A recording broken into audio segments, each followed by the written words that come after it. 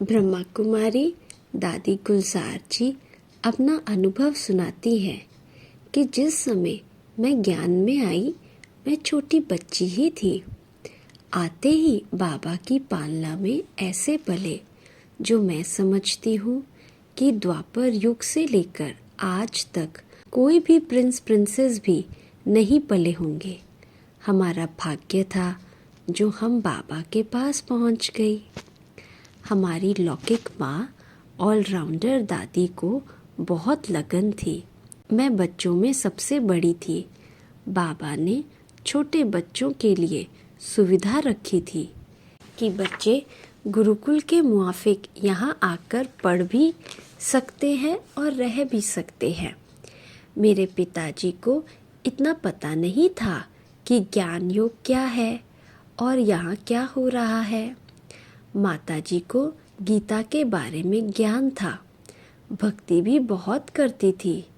इसलिए बड़ी होने के कारण और उम्र 9 साल होने के कारण मुझे बोर्डिंग ओम निवास में भर्ती करवाया। हमारा परिवार रहता था कराची में और बाबा का बोर्डिंग खुला था हैदराबाद में। मैं और मेरी चाची की लड़कियां आदि ग्रुप बनाकर इकट्ठे होकर बोर्डिंग में गए थे। आश्चर्य की बात यह है कि उस ग्रुप में सारे चले गए, मैं एक ही रह गई।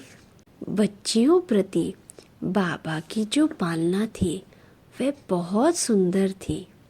भारत में देवियों की छोटी छोटी मूर्तियों को घर में एक गद्दी बनाकर उस पर रखते हैं।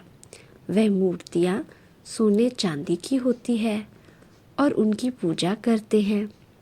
सिंधी भाषा में उन मूर्तियों को ठाकुर कहते हैं। बाबा हमें कहता था, ये तो मेरे चैतन्य ठाकुर है।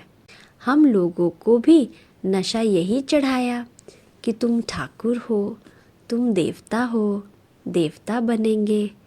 ऐसा नशा बाबा ने चढ़ाया था। हम भी उस नशे में ही चलते थे कि हम बाबा के ठाकुर हैं। हमारी जो दादियाँ थी वह हमें पढ़ाती थी और दूसरा जो ग्रुप था माताओं का वह हमारी पालना करती थी। यहाँ तक हमारी पालना होती थी कि ब्रश पर पेस्ट डालने की भी हमें ज़रूरत नहीं होती थी। पेस्ट डालकर ही हमें ब्रश दिया जाता था। बाथरूम में कपड़े रखे जाते थे। रोज़ हमारी मालिश होती थी। इस प्रकार अच्छी से अच्छी पालना बाबा करते थे। बाबा कहते थे, रोज़ इनको पहले मालिश करो, बाद में स्नान कराओ। बाबा ये भी कहते थे कि भगत जन मौसम के पहले फल अपने इष्ट को भोग लगाते हैं। वो जड़ मूर्तियाँ हैं, ये तो मेरी चैतन्य मूर्तियाँ हैं। इसलिए मौसम का जो भी फल निकलता है पहले इन ठाकुरों को भोग लगाना चाहिए। इस तरह बाबा मौसम का फल का पहला भोग हमें ही लगाते थे, अर्थात खिलाते थे।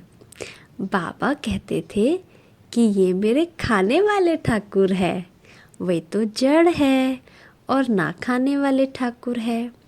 बाबा फलों को खुद काट कर एक बाल्टी में भरते थे और जब हमें क्लास के बीच रिसेस मिलती थी अर्थात छुट्टी मिलती थी, तब बाबा ही एक एक बच्चे को अपनी बाहों में लेकर उसके मुख में फल का टुकड़ा रखते थे।